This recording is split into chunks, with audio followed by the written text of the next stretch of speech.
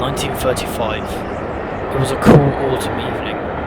Nothing had really gone on that year, aside from maintenance and cutting down of trees close to the line, and the expansion of the main shed, but nothing major had happened.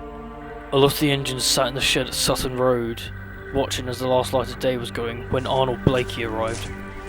There's a goods train that is needed at Weymouth before morning.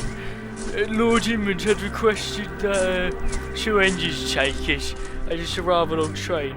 It's waiting at Epsom Downs right now. Wasn't that heavy bloody train me, Cole and Gabriel we was riding with earlier? Anyway, Winston, you and Vincent will be double-heading the train there.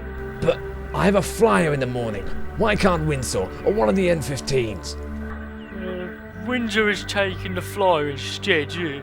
Now you're talking. It seems I can't argue my way out of this. But why can't you come and collect it?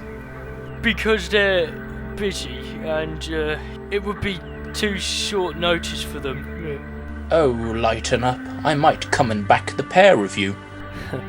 That'll be a great help, Aaron. Vincent stormed off to the coaling stage and was soon followed by Winston and Aaron, but before they left, Damien sidled up alongside Winston.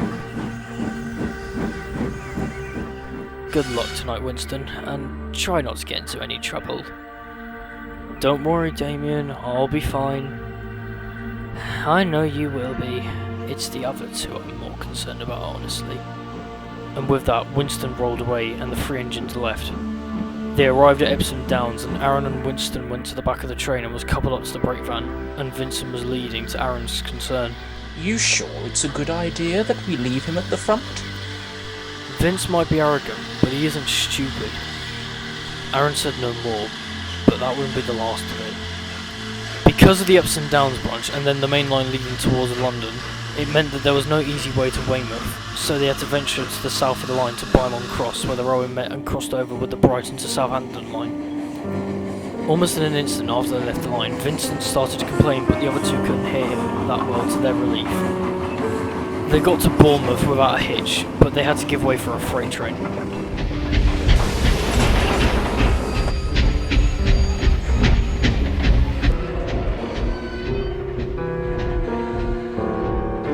Come on! What's the hold-up?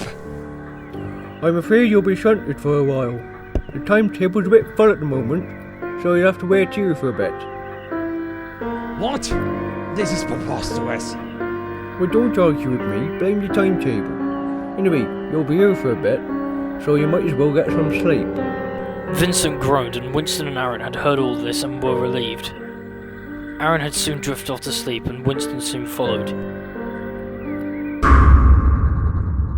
He was suddenly awoke abruptly to look around to see there was nothing around him. What the hell? Where is everyone? There was then a flash of light as his vision blurred, and the faint sound of an echoing voice could be heard all around him. Beware of tonight, for there might be an abrupt ending to possibly all of your lives. But this mustn't happen. Be observant and be wary of your surroundings, or it might be the last thing you will see. There was another flash as Winston woke up to hear Aaron's hooter. What's going on? Nice of you to join us. Come on, it's midnight. Best get a move on now or we'll be late. Winston stayed silent as they moved off.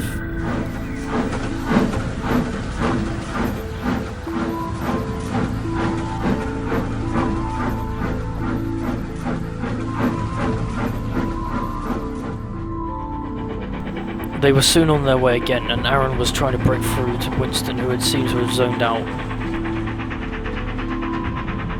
Be observant and aware of your surroundings. I don't get what that means. Hold on. This feels all too familiar.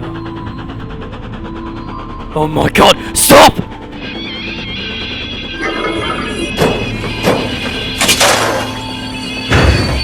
What the devil?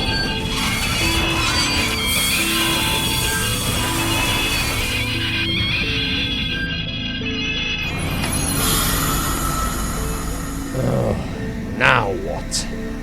The train came to a halt and Vincent's crew jumped down from the cab and rushed to the rear end of the train.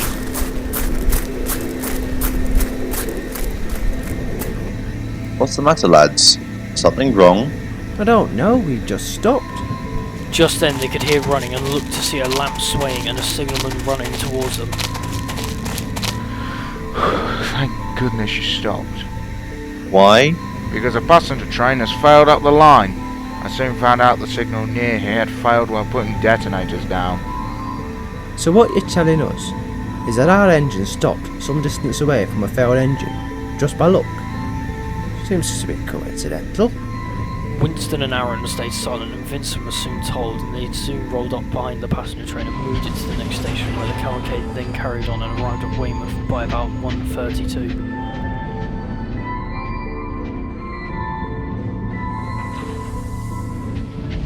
They got back home by about 3, where the 3 engines fell asleep at Estalok that night and said nothing at all to each other. Even the crews were a bit concerned with what happened that night. The next day, Winston awoke to see Damien and Aaron in front of him with concerned looks.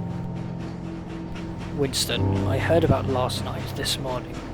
What's happened? To be completely honest with you, Damien, I don't really know. I just went to sleep and saw vision, I guess. Well, for now, I think it's best you just don't let it distract you. My word exactly, Damien. Alright, come on then.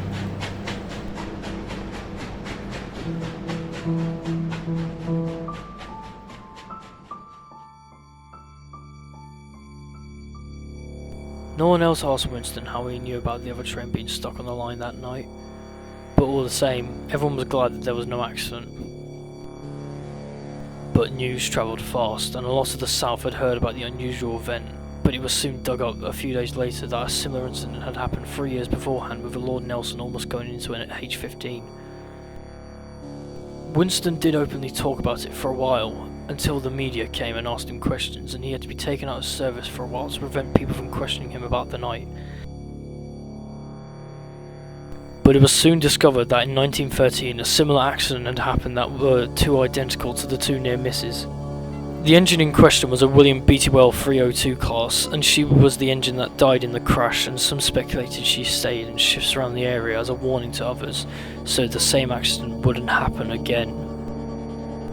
With panic and concern from the Southern Railway, the timetables were adjusted so that no more collisions would happen again, but of course, the timetable would have been filled up again in the coming years, as this is 1935, and we all know what happens a few years later.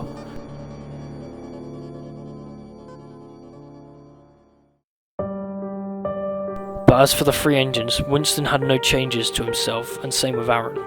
But Vincent, on the other hand, he had a higher respect for a lot of things, and that will become apparent as time goes on. But that's another story.